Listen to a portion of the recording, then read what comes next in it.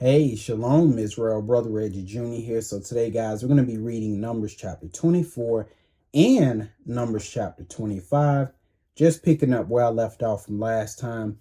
And as you guys can remember in the previous lesson, King Balak of Moab was trying to get Balaam to curse the children of Israel. However, the more that Balak tried to get Balaam to curse the children of Israel, the more that Balaam blessed them. Why?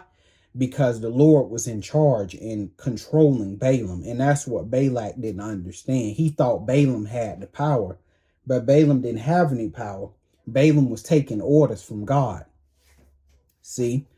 Now, with that being said, it got to a point where Balak was just getting tired of Balaam, because every time he tried to get Balaam to curse Israel, the more Balaam just kept blessing him. So he just said, hey, you know what, Balaam, just stop talking. But Balaam said, listen, Balak, I can't stop talking because the Lord told me everything that I tell you to speak, you're going to speak. So I can't just not say nothing. I have to speak all of the words that the Lord told me to speak. So Balaam wasn't done speaking. So that leads us here, brothers and sisters, to Numbers 24. Numbers chapter 24. Let me get a sip of this.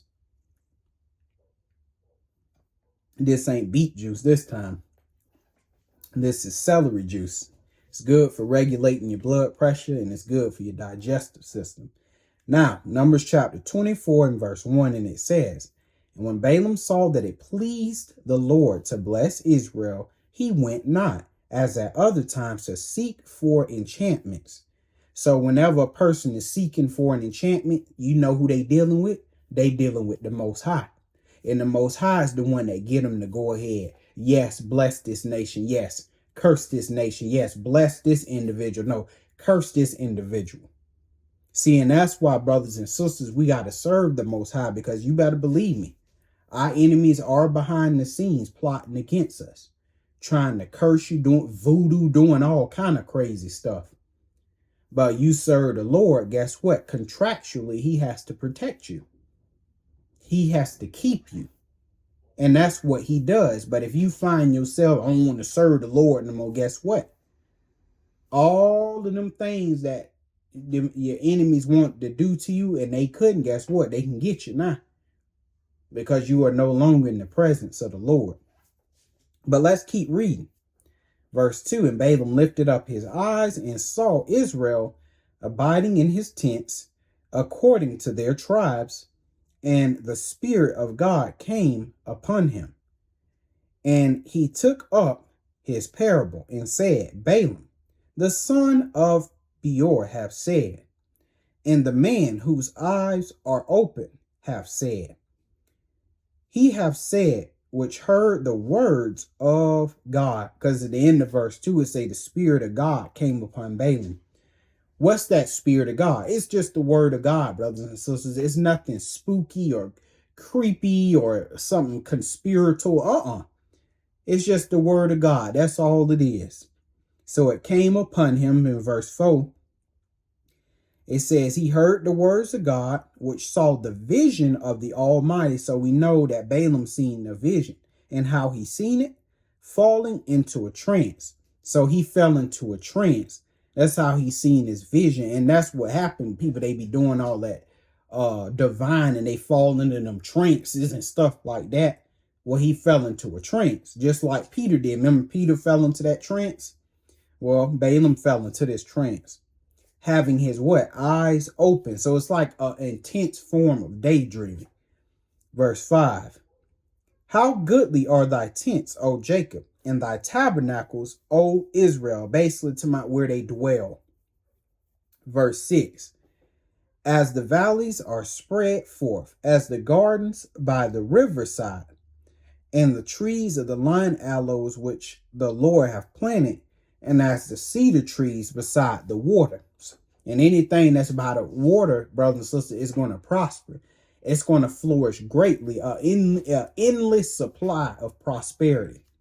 Verse 7, he shall pour the water out of his buckets, and his seed shall be in many waters, and his king shall be higher than Agag, and his kingdom shall be exalted.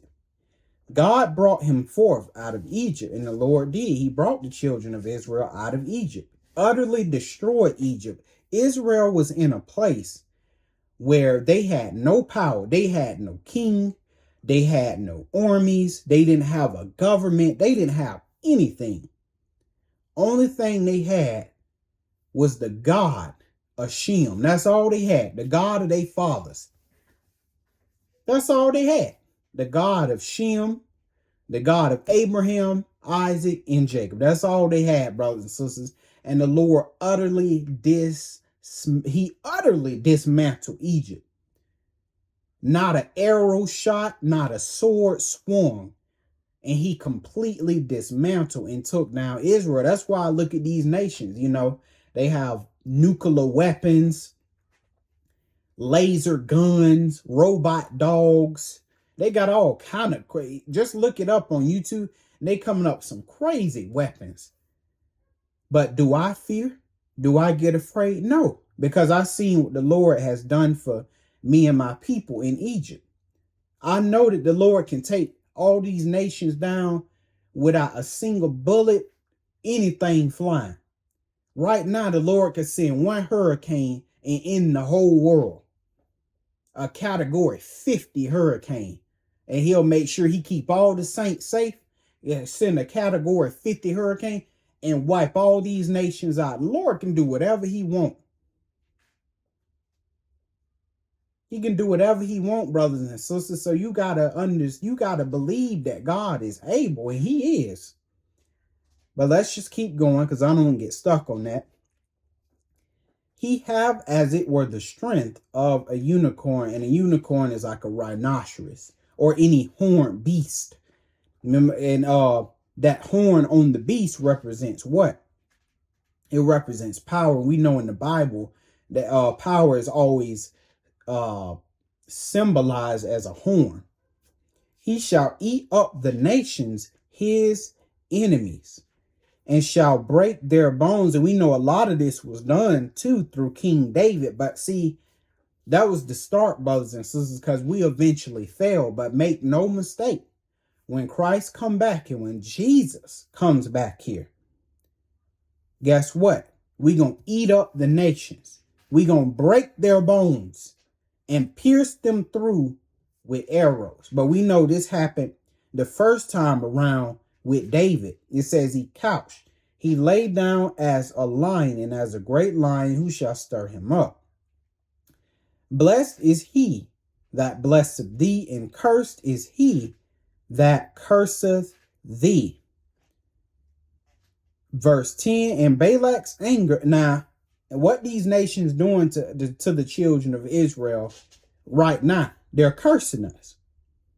They pass unrighteous decrees against us. They got all kind of evil systems to get Israel caught up and trapped up and destroyed. And that's a form of cursing. So guess what these nations going to be? They're going to be cursed. Why do you think you see all of this evil happening to them? Because they trying to destroy God's people. And so they're getting destroyed. Verse 10. And Balak's anger was kindled against Balaam. So Balak was mad. Balak of Moab. He was mad. His anger was kindled. See, this is why he wanted Balaam to stop talking. Because every time Balaam talked, it worked against him. And it said he smote his hands together. And Balak said unto Balaam, I called thee to curse mine enemies, and behold, thou hast altogether blessed them these 3 times. Therefore now flee thou to thy place. I thought to promote thee into great honor. Because he was trying to buy Balaam off. But see, the Lord had other plans. But lo, the Lord hath kept thee back from honor. Verse 12. And Balaam said unto Balak, spake I not also to thy messengers, which thou sent unto me, saying, if Balak will give me his house full of silver and gold, I cannot go beyond the commandment of the Lord to do either good or bad of my own mind. But what the Lord saith, that will I speak. Now, to be fair, Balak Balaam did say that in the beginning. Because remember, he wanted to get in touch with God to see what he thought. And the Lord say, I don't want you going with them, and I don't want you cursing the children of Israel. Now, for a quick moment, for a quick second, Balaam, he lost his mind. And he let the money and stuff get to him. He started thinking about that silver and the gold, and he went contrary to the Lord. He went with the princes of Moab, and the Lord was going to kill him. He was going to kill him on his way. But the Lord spared him through his donkey. But the Lord told him, go anyway, because through this ordeal, I'm going to show Balak that you don't have any power in that. Cursing and blessing is up to me. Verse 14. And now, behold, I go unto my people. Come therefore, and I will advertise thee what this people shall do to thy people in the latter days. 15. And he took up his parable and said, Balaam, the son of Beor, have said, and the man whose eyes are open have said, he have said, which heard the words of God and knew the knowledge of the Most High, which saw the vision of the Almighty, falling into a trance. So he fell into a trance, and now he's having another vision. But it says, but having his eyes open, I shall see him, but not now. I shall behold him, but not nigh. There shall come a star out of Jacob, and a scepter shall rise out of Israel, and shall smite the corners of Moab. And we know the first time around we had King David, but the second time around it's going to be Jesus who do the damage. And what David did is going to be very small in comparison to what Jesus is going to do when he get back here. But David came first. Says, and shall smite the corners of Moab, and shall destroy the children of Sheph. And Edom shall be a possession. Seir also shall be a possession for his enemies. And Israel shall do valiantly. Out of Jacob shall come he that shall have dominion, and shall destroy him that remaineth of the city. 20.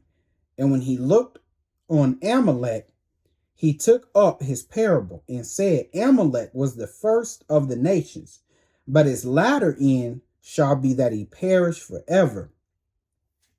And he looked on the Kenites and took up his parable and said, strong is thy dwelling place, and thou puttest thy nest in the rock. Nevertheless, the Kenite shall be wasted, because it don't matter where you dwell, brothers and sisters. It don't matter what kind of weapons you got, what kind of fortifications you got. When the Lord want to get you, he gonna get you, brothers and sisters. That's how it's gonna be. It says, unto Asher shall carry thee away. And he took up his parable and said, alas, who shall live when God doeth this? And ships shall come from the coast of Shittim, and shall afflict Asher, and shall afflict Eber, and he also shall perish forever. And Balaam rose up and went and returned to his place. And Balak also went his way. Because you know why, brothers and sisters? Balaam could not go against the words of the Most High. And King Balak of Moab, he was shown through that interaction that, listen, Balaam ain't got no power. The Lord is the one with the power. And so the Lord determines who's going to be blessed and who's going to be cursed. So he got showed that Balaam is taking orders. Balaam don't do nothing on his own. Balaam ain't got the power to bless or curse anybody. No more than the apostles had power to heal people and do all kind of miracles. They didn't have no power to do those things. No, it was through Jesus that they had that power. because men can't do nothing, brothers and sisters. We got to understand this. And so that's why when we got to make sure too, when we're going through things in our walk with Christ or in our everyday life, we have to make sure we go to the Most High with our supplications, with our issues. We must pray to him because, brothers and sisters, he's the only one that can do anything about our situation. No man can help you. You definitely can't help yourself. So don't go running to a man, brothers and sisters. Now, it's okay if you tell other saints, pray for me, but don't go to another saint thinking they God and that they could do something about your situation. You need to take your behind in your room and pray to the Most High. That's what you need to do. And I know it sounds harsh, but it's the reality, brothers and sisters. He that cometh to God must believe that he is what? That he's God and that he could do something about your situation. Okay? But that is the end of that, brothers and sisters. We're going to go ahead and step into Numbers chapter 25. And we're going to get started. Numbers 25 and verse 1. And Israel abode in Shittim, and the people began to commit whoredom with the daughters of Moab. And it say daughters, so it's the men. So the men of Israel began to commit whoredom with the daughters of Moab. And they called the people unto the sacrifices of their gods. And the people did eat and bowed down to their gods. And remember, at this time, the Moabites, they was dealing with them Baal gods. And it says, and Israel joined himself, these men of Israel joined himself unto Baal Peor, and the anger of the Lord was kindled. And brothers and sisters, we see that today, even in this captivity. This ain't nothing new. Israel, they still doing it. The men of Israel, they still mixing. They mixing with all these foreign women. They mixing with the Europeans or white people, whichever one you want to call them. They mixing with the Europeans. They mixing with the Asians. They mixing with the Latinos. They mixing with the Brazilians. All that foolishness. All of these foreign women, these men with. And I want to let you know, brothers, that the Lord is not happy with that. Now, you could try to come up with all kind of excuses. You could try to bring up Moses. And listen, you could do that all you want. God is pissed. You need to understand that. Okay? And so the Lord, I'm telling y'all think this a game. He finna get ready to bring some great evil on the children of Israel in this generation.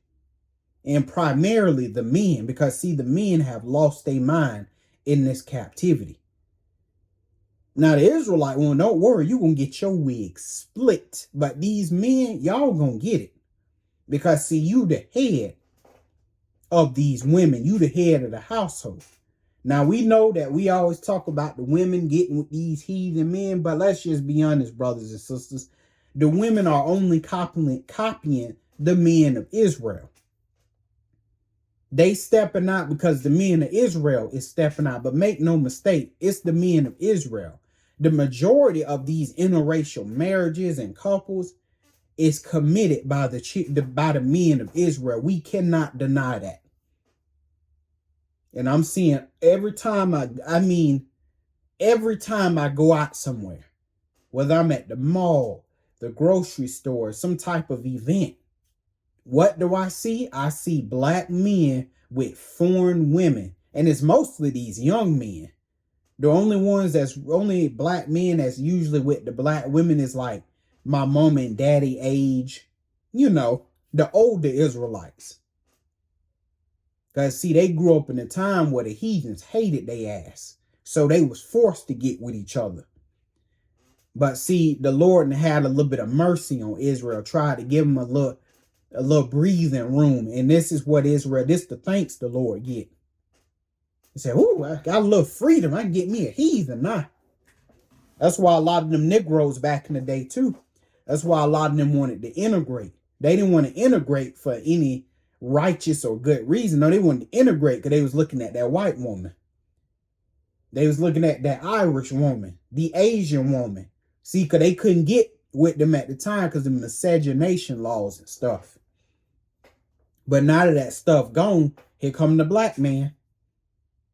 And all I see, brothers and sisters, is mixed babies everywhere.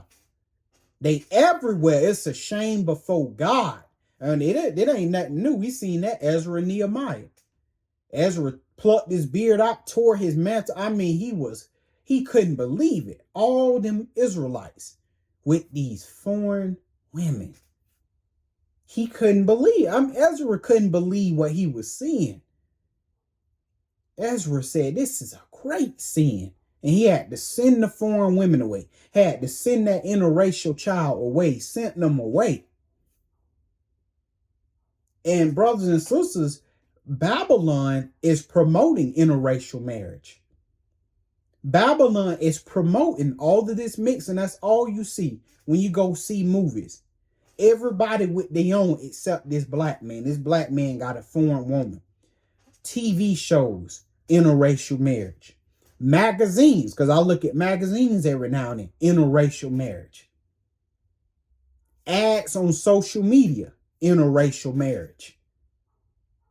I'm like, why don't they do this with other nations, brothers and sisters? Why is it just you? That's my question to you. Because you're saying that, oh, it's love and all of this BS y'all black darkies be talking. I don't want to hear that junk. Dark behind. Why is it's only you they pushing this stuff with? And this is Babylon we're talking about. They will never push anything that's good for the nation of Israel. So why is it just you that they're pushing this folly against? Because the nations know the longer I keep Israel sinning, the longer we get to rule. And they know that. They know that. And all while doing that, we're strengthening our numbers. Because guess what? That black man, you're going to put your seed in this foreign woman. And that child is going to come out. And guess what that child going to do? Mr. Love is Love, Dark Negro. Guess what that child going to do? He going to marry a woman that don't look like you. He going to get him a heathen woman. And so before you know it, that child is now recruited to that other side. So what you Negroes don't understand is you wiping yourselves out while you talking all that love BS. And I'm being real nice right now, by the way, because I got some other words I want to use. Foolish. All my black friends I went to school with, I'm talking about the boys. All of them, brothers and sisters, or just some. No, all of them that I went to school with. All of them have a woman that don't look like them. Every last one of them. Now, my Spanish friend that I went to school with, I wouldn't say friend, but my Spanish classmate that I went to school with, I actually seen him yesterday at the gym. Who was he with? He was with a Spanish woman. But all the black boys that I went to school with, all of them got foreign women. Brothers and sisters, this doesn't make any sense. On YouTube, oh gosh, it's littered with black men with foreign women. All the while, these black men up here bashing these black women. The black woman, she did, and don't get me wrong, black women gonna get their wigs split. When this thing go down, they gonna get their wigs split. Make no mistake. But what you black men better understand is when the Lord get done with your black ass, you gonna be running back to that black woman. Just like the black woman, her ass gonna be running right back to that black man. But you black men better know for sure when it's all said and done, just like Jonathan Majors, you gonna run back to that black woman who you say is the devil, who Black men and black women aren't compatible. Only niggas on this earth that say that. Only men on the earth that say foolishness like that their own women aren't compatible with them. Boy, that just make you real mad. But when the Lord get done, I'm telling you, y'all Negroes gonna be screaming, uncle. See, I'm gonna tell the truth. I ain't finna sit back and be agreeing, because I don't play this gender stuff. I'm not taking sides. I don't do any of that foolishness. I call a spade, brothers and sisters. That's why we got all this junk going on anyway, because you got too many scary preachers who won't get up and say nothing. No, you supposed to speak the truth and do that which is right, because it's the right thing to do. That's why you're supposed to do it. But yep, we still doing it. Our people did it when they got out of Babylon. Okay. And I was going to say another thing too. It says, and they called the people, the men to the sacrifices of their gods. And the people did eat and bow down to their gods. And you see that with Israel. Every time they get with these heathen women, notice what the men do. I could care less about the Israelite woman and what she's doing, because you Negroes need to get in order before the woman can get in order.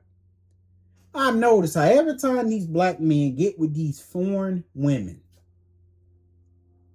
that they completely abandon their people, and they completely abandon their God. They abandon their family, and they are 100% heathen. It's like I told y'all, a guy that I went to school with. I think I told the story on the Sabbath day. This brother I went to school with, I'm talking about straight up thug nigga. Chains, earrings, pants hanging down. This was the blackest dude ever. I'm kidding. I'm just being 100. Blackest dude ever. Whatever that means. Blackest dude, whatever that means. I'm just saying it because that's what y'all understand. But this was the blackest dude ever. And he got with this white girl.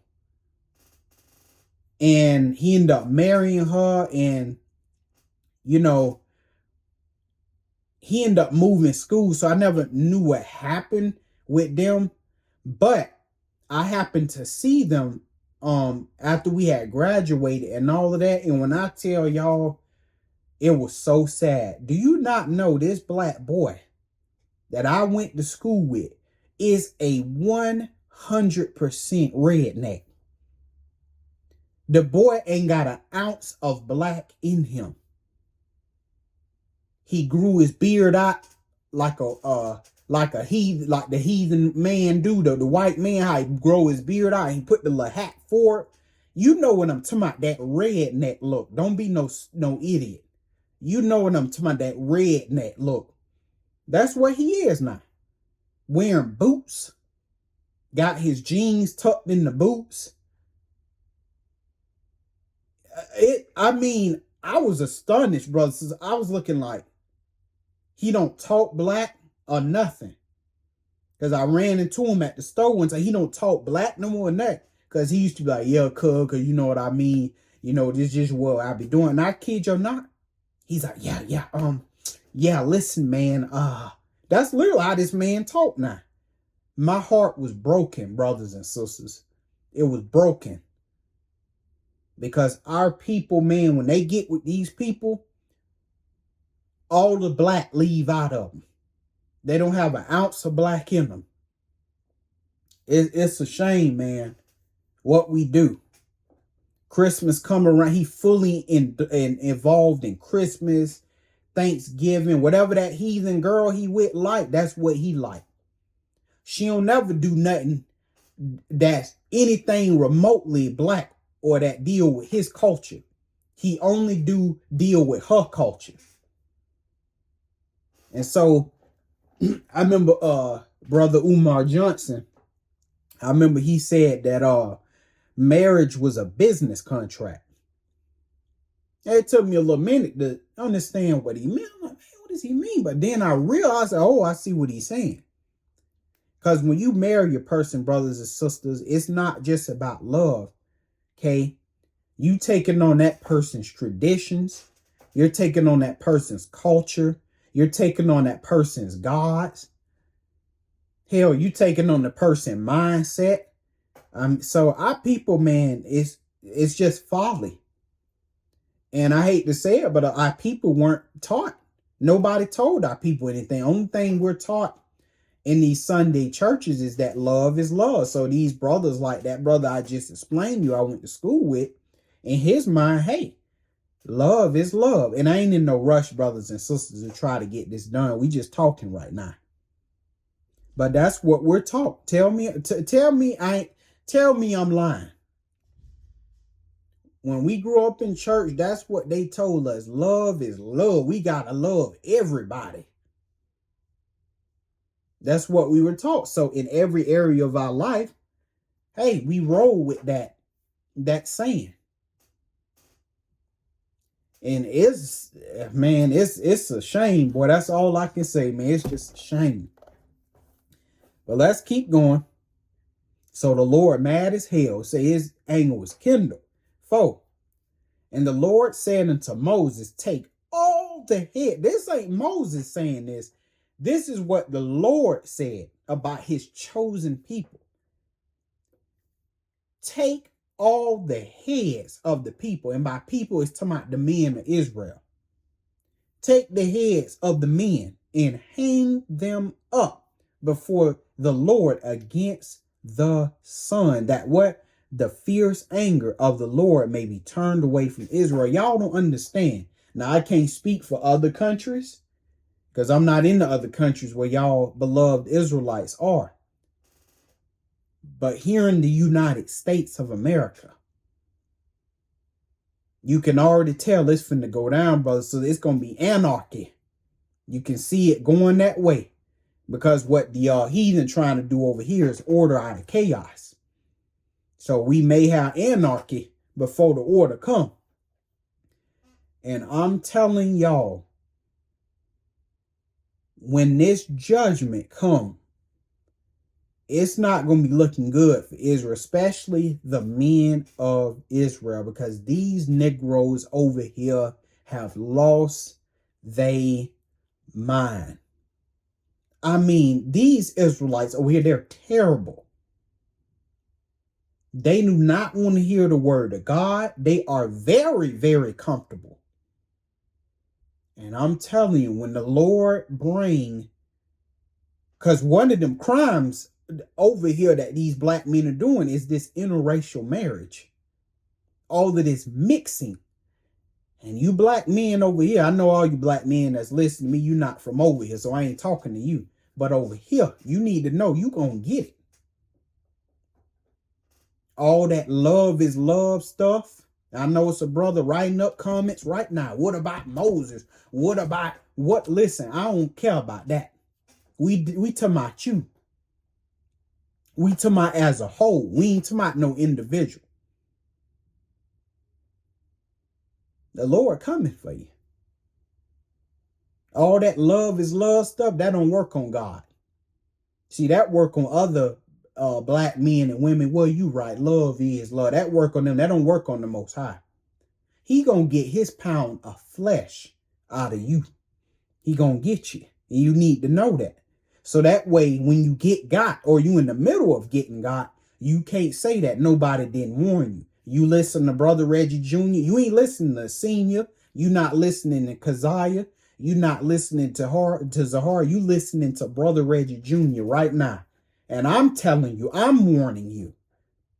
So that way, when you getting got, you can't say that I didn't tell you. I'm warning you what's coming.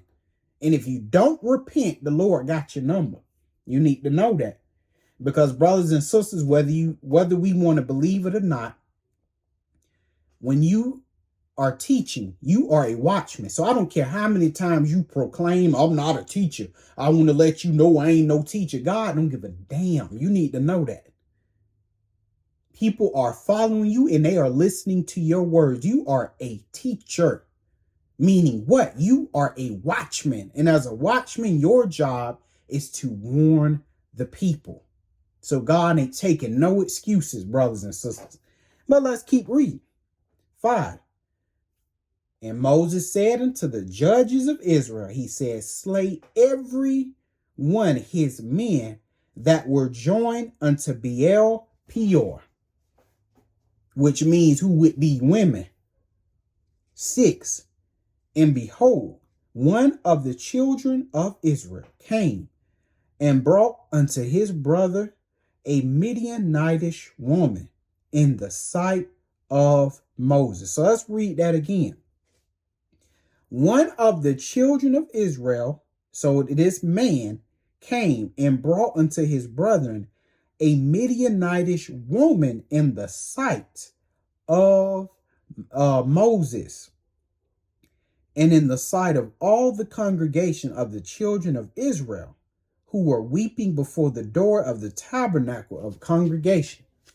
And when Phinehas, the son of Eleazar, the son of Aaron, the priest, saw it, he rose up from among the congregation. So Phinehas, he's of the priesthood.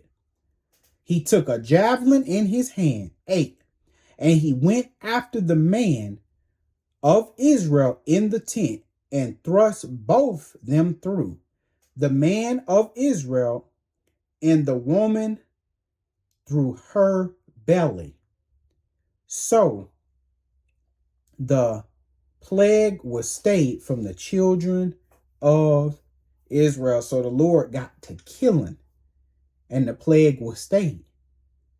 So if this happened then, what you think gonna happen now, brothers and sisters? Because remember, the Lord has not changed.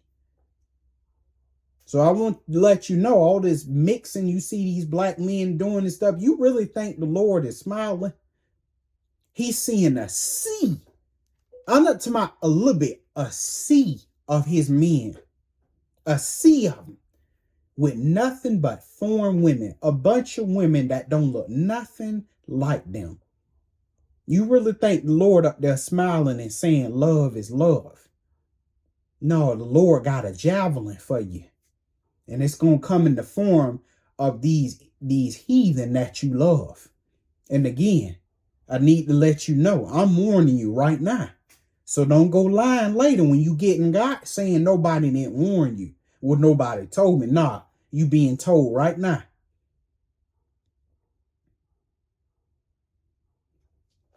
Verse 9. And those that died in the plague were 24,000. So 24,000 men of Israel dead.